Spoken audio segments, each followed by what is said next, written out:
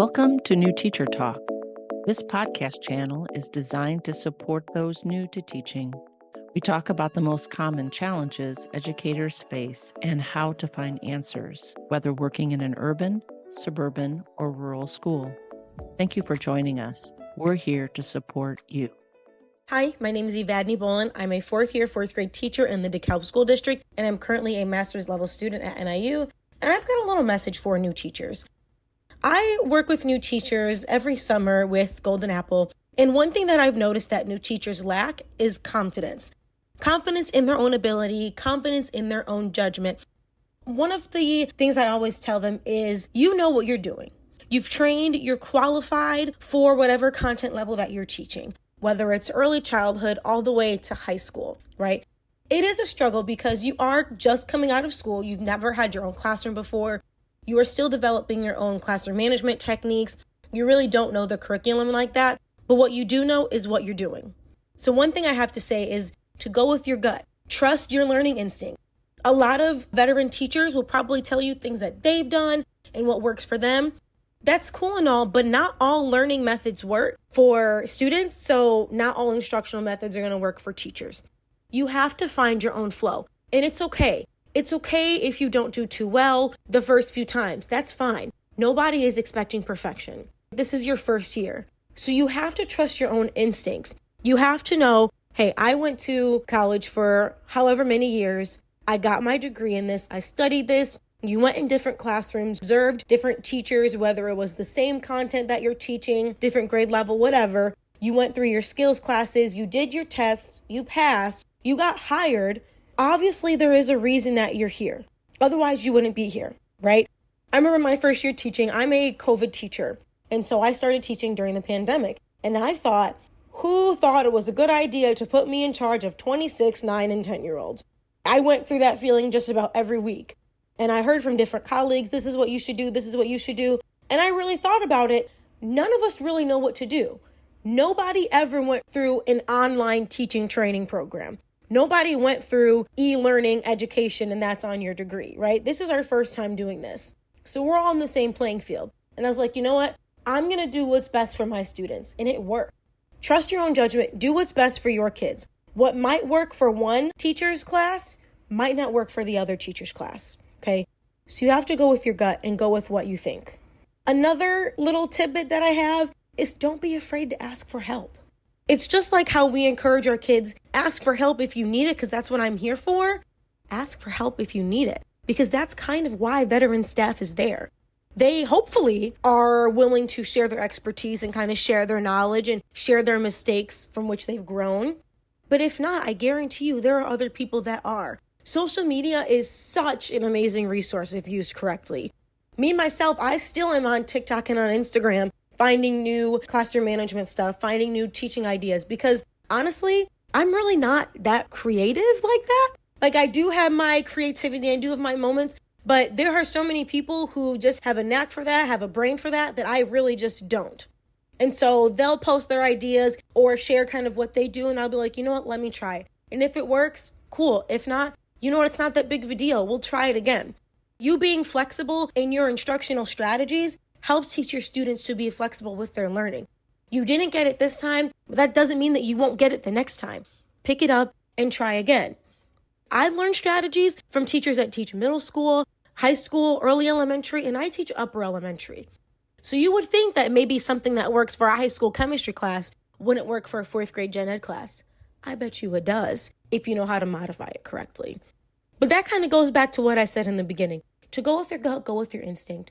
Trust what you know about your students and trust what you know about yourself. If you're the type of person that can handle 50 different methods of rewarding your kids, cool. If you're not, don't do it. If you know that you are not super organized, maybe don't try a classroom management strategy that requires organization. Know yourself, know kind of what you can handle, and I guarantee you, your first year will be fine.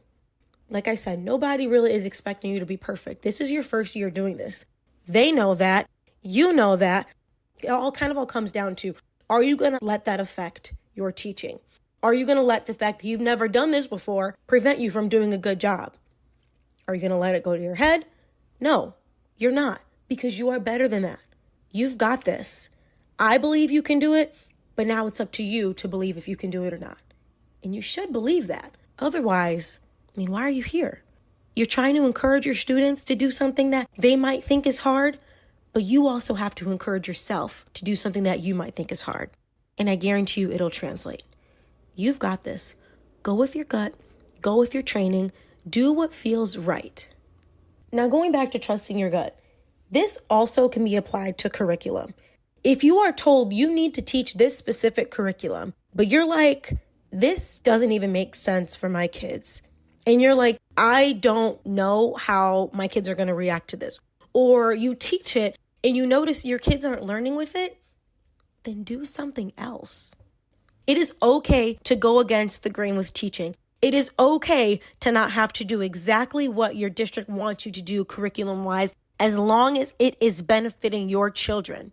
If they want you to teach X, Y, and Z, and you're like, nope, I'm going to do A, B, C, and it works, and you're getting your scores, your kids are learning, they're growing, you can prove that what you are doing works, then keep doing it. But if they tell you to teach X, Y, Z, and you teach A, B, C, and it doesn't work, go back to X, Y, Z. Go back to what you're supposed to do. But as long as you have the data that proves that your kids are learning and growing, as long as you have the backup, whatever research that you need to show that what you are doing is effective and what you are doing works, go with it. If you want to introduce this book, and maybe this book is considered controversial because it covers some type of social justice topic. Let's say it discusses immigration, right? And you're like, I want to teach this. I want to teach my kids that there is no such thing as an illegal alien, right? They are undocumented. You want to teach that. Teach it. As long as you are ready to fight for having to teach that, especially if that's not already part of your curriculum. There are some battles that are worth going hard for. Teaching your students factual information, teaching your students relevant information to how they are going to be in the world, to the people that they are going to see, is always relevant. You just have to be ready for that fight. So I recommend going in a building where you have a supportive administrator, where you know your administrator is going to have your back and is going to be okay with you teaching this, or to where you have staff that is going to support you. Because if you have staff on your back, especially if they're veteran staff, then an administrator might kind of just let it go. Again, as long as it's working, as long as your scores are up there, as long as your student growth is up there. If it's not up there, they're probably going to question why you're doing that in the first place, right? But don't be afraid to make those jumps. Don't be afraid to try something new with your teaching. Don't be afraid to teach about topics that maybe you're not sure that you should be teaching. As long as it is beneficial to all students, not to one subgroup, not that it excludes a certain group, but it is beneficial to all students. It is beneficial for all students to learn about social justice topics. You just have to be ready to face the backlash and know that whatever you are doing is for your kids, because that's what you're here for. You are for your kids. Fight for your kids.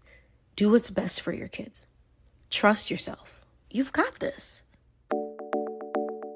We appreciate your listening to today's podcast and hope you'll become a regular follower of this channel. Be sure to hit the follow button in the upper right-hand corner. Also, be sure to follow New Teacher Talk on Instagram and X, formerly known as Twitter. And remember, as a new teacher, we are here to help you.